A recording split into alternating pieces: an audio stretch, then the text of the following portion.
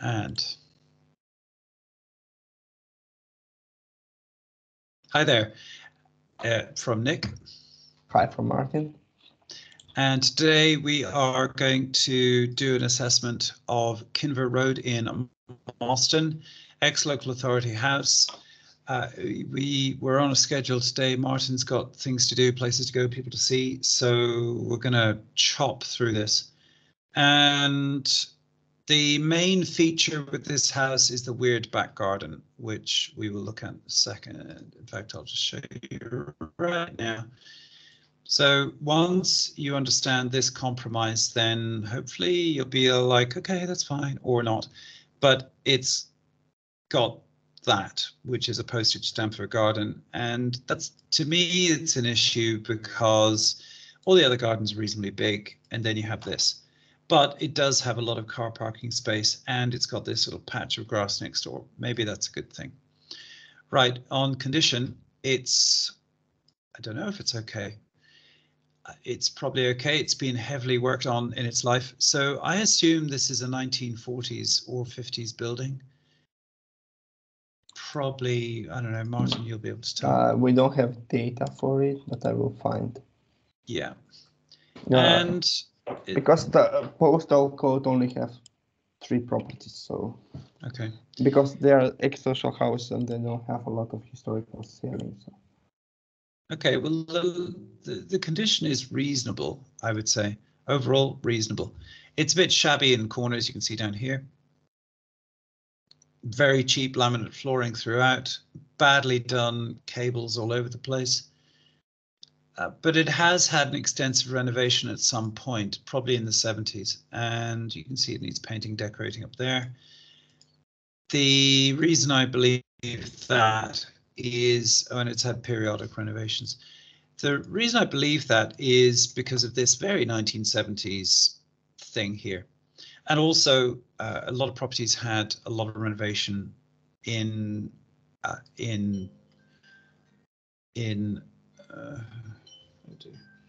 okay. I'll have to call them back. All right, let's just have a look at this, the video. And it's all very, it's fine, as it were. I don't know what, in fact, I'm sorry, I'm going to pause this because I did download the videos, so we can have a look at that in a second. I just want to kind of get a sense of the condition. All right, well, that just needs to be reaffixed to the ceiling. It needs a painting, decorating throughout. This bath panel needs replacing. Obviously, this vanity unit's a bit of a mess. I set around 10K. Yeah, I would say that's kind of it. The real question with this property is the extent of works needed, because if the area is really good and the property is expensive, then it's not the best. So you don't need to make it super fancy, but you need to make it nice if you want to rent it out. Yeah, and so you wouldn't be stripping back the, well, okay, some stripped walls here. I always wonder what the deal is when you find a property which has been partially renovated, like why did they stop? What was the problem? Now, the good thing is that this is decent gypsum plaster, so that's good, but it's cracked all over the place, so it needs redoing. I don't think it's actual plaster or lath and plaster. I think it's plaster board, but old plaster board, possibly.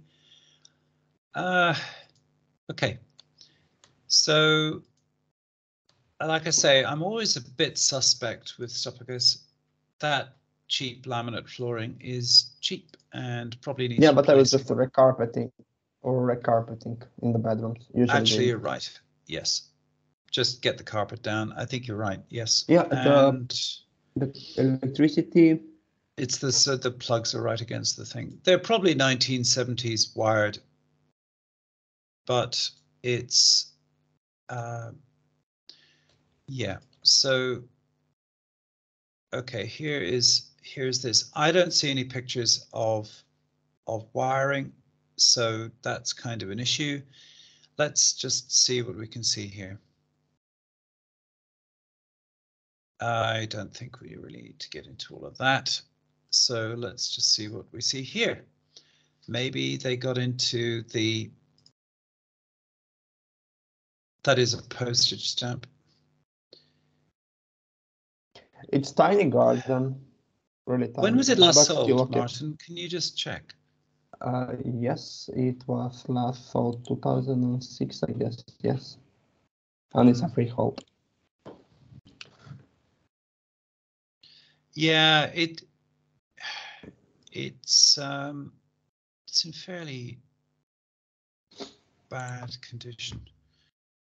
It's the whole thing is how much are you prepared to do on the house, and how sketchy is that plaster work, and do you start pulling it apart? Like somebody started doing the plaster upstairs, and obviously that needs to be relined with paper because the plaster work just isn't good enough. So I wonder what's going on here. Also, the gas hob. Yeah. Gas hobs are an issue because danger. If you want to create the equivalent of a bomb, what you do is you just leave the gas on for a few hours, maybe overnight. Come back in the morning, keep the doors closed, obviously, run the gas, and then light a cigarette and watch the whole building explode. Kit fridge in the living room. I don't know what's going on there. I kind of like this house, but I think there are a lot of lurking issues. And I hate it when people partially renovate and then they walk away. Like, why did that happen? I'd love to see a picture of the circuit board. I'm just leafing through this so I can see what I can see. I think 10 grand is on the low side for this renovation. Yep.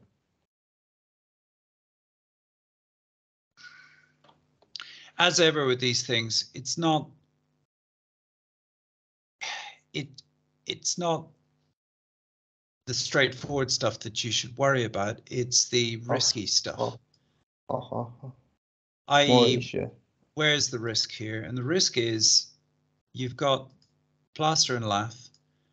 Maybe it can fall.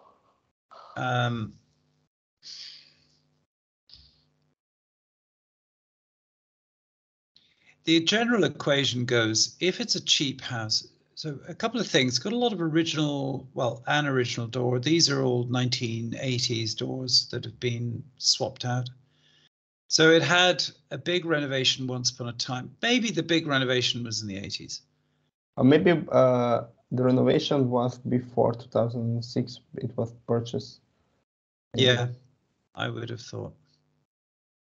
Or it could have been that period, but they never really did a comprehensive one because they kept a lot of the old doors, for example, which are not architectural features. It's like they economized in certain places, which is fine.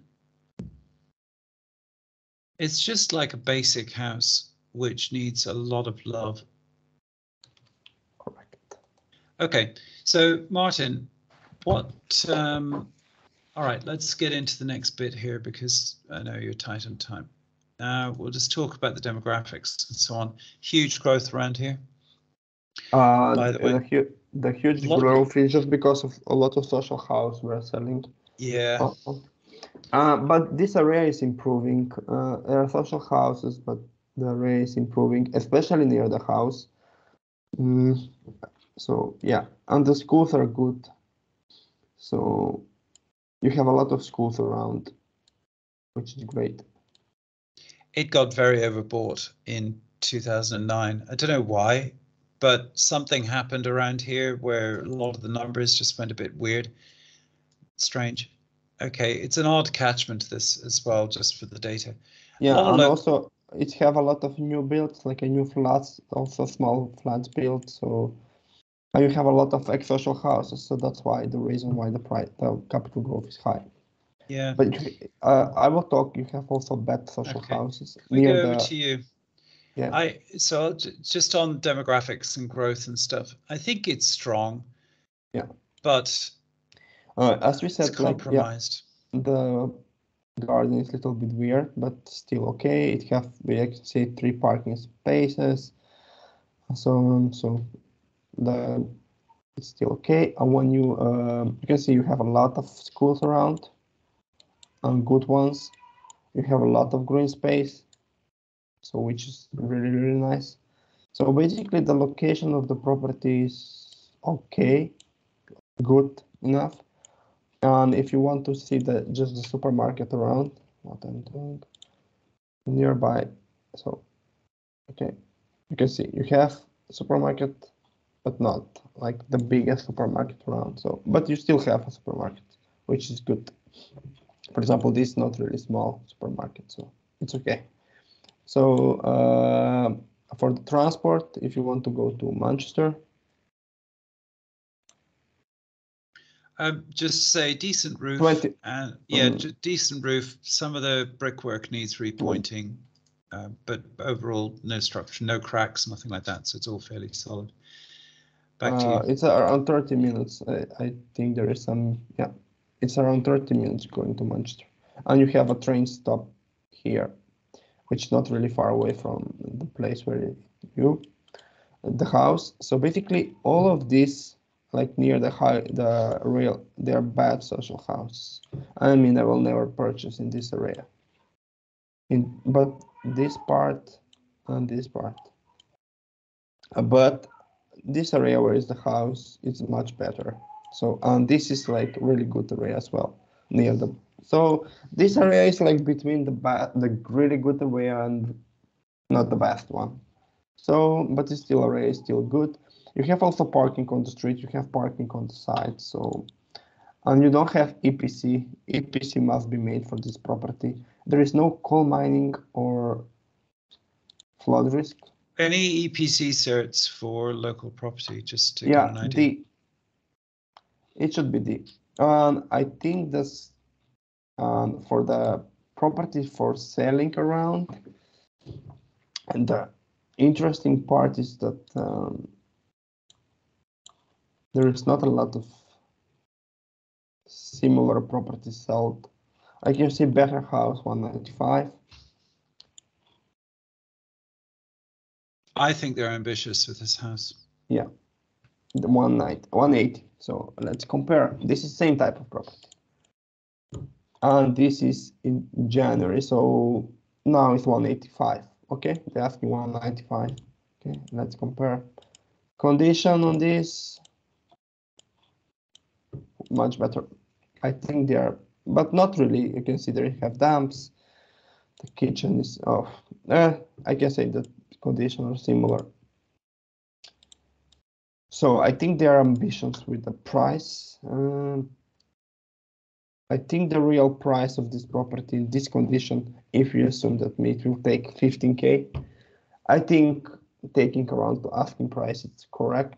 More than 195, I'm not sure. But when you think the yield will work on this property, if you do calculation. All right, so let's do that. What sort of numbers are we looking at? So what's the yield on this property? I mean, what's the rent on it? 950 to 1,000, but I think if you make it nice, it will be 1,000. Okay, so it's 190. The ask is 190. 195. Yeah, let's say 195 if you want to take, because.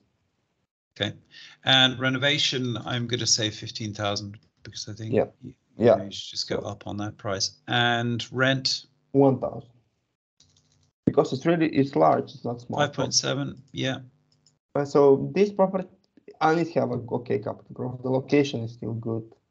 If the location is good enough, then the compromise with the garden is acceptable. But that is a very, very compromised garden, and this is a family area. And if you don't have a garden, a private garden, then that's a downer. But you do have this space, but that's not a private garden. So it's like, what do you do? Okay, let's score it. And it condition 3.5 something. Yeah. It's good, but not the best. Yeah, it's got its risks. And location? The location is okay. It's 4. Area? Depends, because it's a 3.8. It's not really good. Just because it's between the good and bad part. And it's more than the good part. 3.8, not Yeah. great. Capital growth. I think around 4. It's not the best. It's a bit it's high just because of the inflation and because of selling like social houses. So yeah. Yield.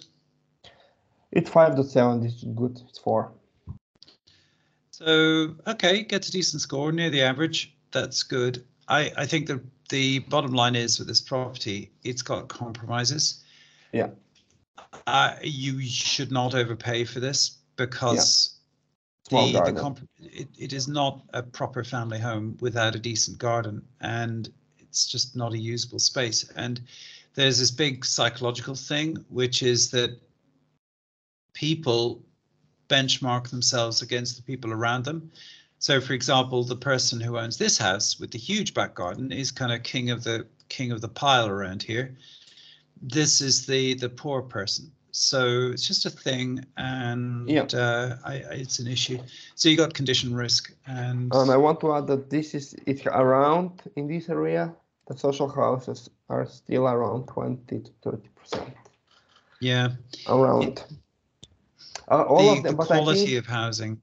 yeah, and I think in the next 10 years, 90% of those will be ex-social houses because this area is improving. It's really close to Manchester. They have train stop really close. A lot of people will want to live here. Well, you do have all this new build, and whenever you have new build apartments, for example, and they work, as it were, then it says a lot about the location. Yeah. Because if an area justifies more than one apartment, so you've got this block, this, you've got a lot of apartments around here. Yeah, you have a lot of new builds. That's why I'm saying like this area is between the bad ex-social houses and this is good social houses who are selling and the crime is low. So I don't see an issue with the property. Just they're asking a lot, I think. That's because of the condition. Yeah, they're ambitious. Yeah. And also it's been partially stripped out. So somebody has had a go at this and realized maybe it's going to be too much for them. Again, we've seen this so recently on another property. So, okay, my final take on it is it'll cost you more to renovate it than you might want to spend. And they're being punchy with the price. And that's fine, because the market price is the market price, basically. So if you often get properties where they put the property at a low price and then they get a load of action, loads of people competing for it. And then the price goes up to its kind of normal rate or normal amount. And we see this because we get very few down valuations, even though in the bidding, we would have gone, well above the asking because the asking is low. This one, the asking is high. Fine. It's just there is a price for it. So what would you offer for this? Around the asking price. 195, that's like max. Yeah. I would be inclined to offer a little lower just because of the compromised garden. Yeah, well, I think if you take it for 185, it will work really nice. But the question is, can you take for this price? But maybe the seller is like want to have a quick sell. So if you can take it, renovate it, rent it nice, have a great yield, and still good location and good capital growth. So yeah. It basically works, but but there is no risk with coal mining or flood, so that means safety property. So because a lot of properties in this area have some issue with coal mining, not all, but some of them. So this is safe. So yeah, it's a good one. Right. Okay. Thank you very much. Okay. Thank you.